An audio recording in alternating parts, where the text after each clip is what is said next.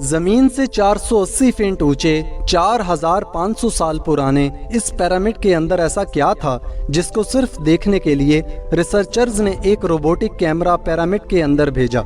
एक जगह पर आकर रोबोटिक कैमरा रुक गया क्योंकि अब इसके सामने पत्थर का एक स्लैब था।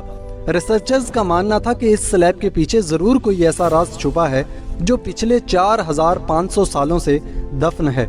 ये राज इनको हर कीमत पर जानना था, इसलिए उन्होंने रोबोट के आगे एक ड्रिल मशीन लगाई जिसने इस पत्थर के स्लैब में बारीक छेद कर दिया। अब इस छेद के अंदर एक कैमरा भेजा गया जिसने स्लैब के उस पार एक ऐसा मंजर देखा जो पिछले 4500 सालों से किसी ने भी नहीं देखा था। MIC की वीडियोस में एक बार फिर से खुशामदीद। नाजरीन, मिस्र यानी इजिप्ट में टोटल 138 ऊंचे तरीन पिरामिड्स मौजूद हैं जिन्होंने पिछले हजारों सालों से दर्जनों अर्थक्वेक्स और कई खतरनाक तूफान का सामना किया, लेकिन मजाल है इनमें से कोई एक भी इधर से उधर हुआ हो।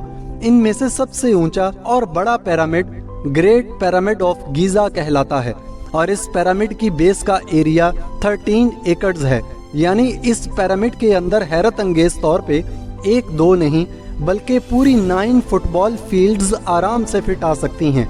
एक एस्टिमेट के हिसाब से इन पिरामिड्स में टोटल 23 लाख बड़े बड़े पत्थरों का इस्तेमाल हुआ, जिनमें से कई पत्थरों का वजन 50 टन भी था। अगर इसके टोटल वजन का अंदाजा लगाया जाए तो इस पिरामिड का वजन 60 लाख टन है, जो 12 बुर्ज खलीफा के वजन के बराबर बनता है।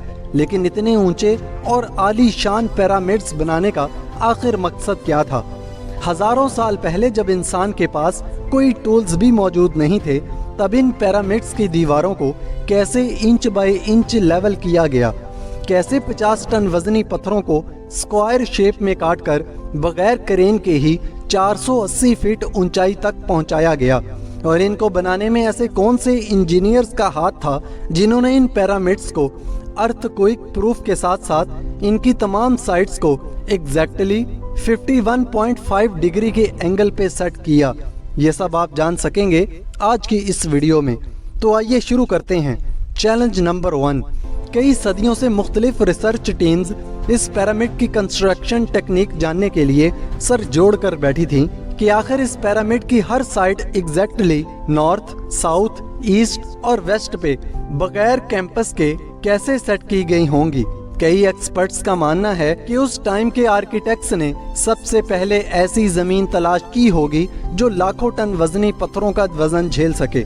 उसके बाद पोलर स्टार्स यानी वो सितारे जिनकी मदद से अर्थक्वेक के पोल्स का पता चलता है, इनकी मदद से पिरामिड की हर साइड को मार्क किया गया। न कोई कंपस और न ही कोई ऑप्टिकल इंस्ट्रूमेंट, सिर्फ इस बेसिक टेक्निक से हजारों साल पहले इस पिरामिड की डायरेक्शन सेट की गई, और वो भी 0 एरर्स के साथ। Challenge number 2।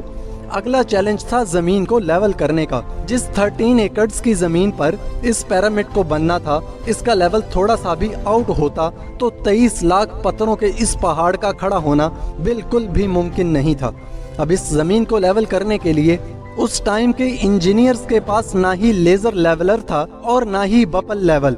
एक्सपर्ट्स का मानना है कि कंस्ट्रक्शन साइट की चारों साइड्स पर खड्डा करके इसमें पानी डाला गया होगा और फिर एक साइड के पानी के लेवल से दूसरे साइड के पानी के लेवल को मैच किया होगा। जो जमीन का हिस्सा पानी के लेवल से मैच नहीं कर रहा होगा उसको छेनी और हथौड़ों की मदद से काटकर लेवल किया गया होगा। कई एक्सपर्ट्स का मानना है कि एशियंट इजिप्शियंस ने इस सिंपल टूल का भी इस्तेमाल किया हो, जिसकी दोनों साइड्स पे लकड़ियां और इसके ठीक सेंटर पे एक रस्सी से पत्थर बांधा हुआ हो।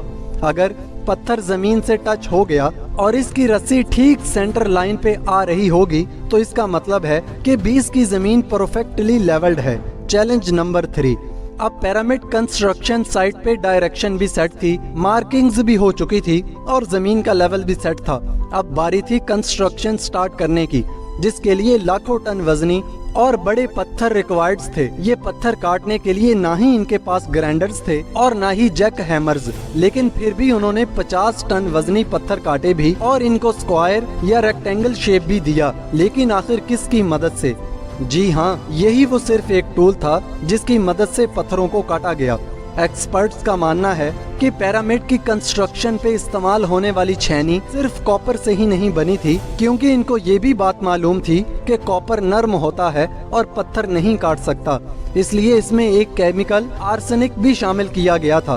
कॉपर और आर्सेनिक से बनाई जाने वाली ये छेनी लकड़ियों के हथौड़ों से पत्थरों पर ठोकी जाती थी और कई घंटों की मेहनत के बाद बड़े बड़े पत्थर शेप में लाए जाते थे। Challenge number 4। अब चूंकि ये खास किस्म का पत्थर जिसको आज लाइमस्टोन कहा जाता है, इसकी कटाई पिरामिड कंस्ट्रक्शन साइट गीजा से 250 किलोमीटर दूर टूरा के शहर में हो रही थी। अब मसला था ये पत्थर गीजा तक ट्रांसपोर्ट करने का। हर एक पत्थर 50 टन यानी 50,000 केजी के बराबर था, जो तकरीबन 3 पैसेंजर बस के वजन के बराबर बनता है, और ऐसे 23 लाख पत्थर सिर्फ एक पिरामिड में इस्तेमाल होना थे। इतना ज्यादा वजन ट्रांसपोर्ट के लिए ना ही उस दौर में कोई जानवर काम आ सकता था और ना ही इनके पास ट्रक्स मौजूद थे। हालांकि अगर आज के जदीद दौर में भी ये काम करना पड़े तो ट्रांसपोर्ट कंपनीज को अच्छा खासा टफ टाइम आएगा। हैरत अंगेज तौर पे ये काम वर्कर्स और कश्तियों की मदद से किया गया। जी हाँ, टूरा और गीजा के दरमियान मौजूद रिवर का फायदा उठाया गया और बड़ी बड़ी कश्तियों में पत्थर लाद कर पिरामिड साइट पर पहुंचाए गए। एक्सपर्ट्स का मानना है कि ये काम इतना आसान नहीं था। शिप्स में इतने बड़े पत्थर की लोडिंग और अनलोडिंग से कम भी 500 मजदूरों की आर्मी एक ही वक्त में लगाई गई होगी। Challenge number 5। जो एक्सपर्ट्स की टीम पिरामिड की कंस्ट्रक्शन पर रिसर्च कर रही थी, इनको अपने कई सवालों के जवाब मिल चुके थे, लेकिन एक बात इनको हर वक्त सता रही थी कि लाइमस्टोन कट भी गए, ट्रांसपोर्ट भी हो गए और कंस्ट्रक्शन के दौरान एक के ऊपर एक लगना भी शुरू हो गए।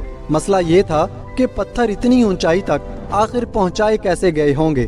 कई एक्सपर्ट्स का मानना है कि पिरामिड की कंस्ट्रक्शन से पहले ही ये प्लान कर लिया गया था।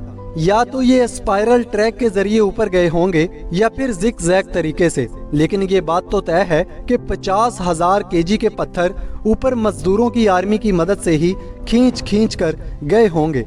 Challenge number 6। बात सिर्फ लाखों मजदूरों, छेनी हथौड़े से लाइमस्टोन काटने और इतने बड़े पत्थरों को ट्रांसपोर्ट करने की ही नहीं थी। इस पिरामिड के अंदर कंपार्टमेंट्स, इनके अंदर जाने का रास्ता और कई छोटी छोटी सुरंगें भी बनाई गई थीं।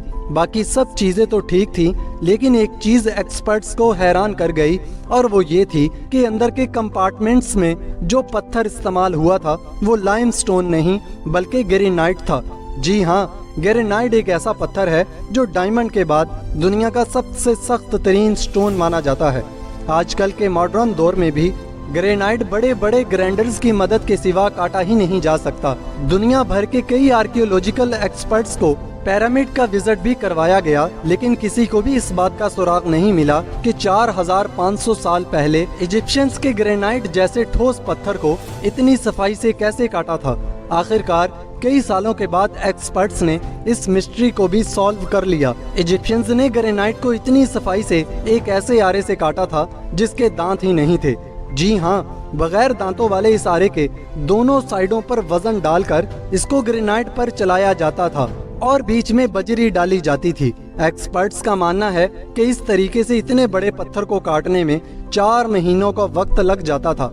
आखिरकार पिरामिड बनाने का मकसद क्या था? इन पिरामिड्स को बनाने में कितने मजदूर एक ही वक्त में काम करते थे? और रोबोटिक कैमरा ने जब पिरामिड के अंदर पत्थर के स्लैब में सुराख किया तो इसके अंदर वो कौन सा मंजर देखा गया जो पिछले 4500 सालों से किसी ने भी नहीं देखा था? ये सब और इससे भी ज्यादा आप जान सकेंगे इस वीडियो के पार्ट 2 में। उम्मीद है MIC की ये वीडियो भी आप लोग भरपूर लाइक और शेयर करेंगे। मिलते हैं अगली शानदार वीडियो में।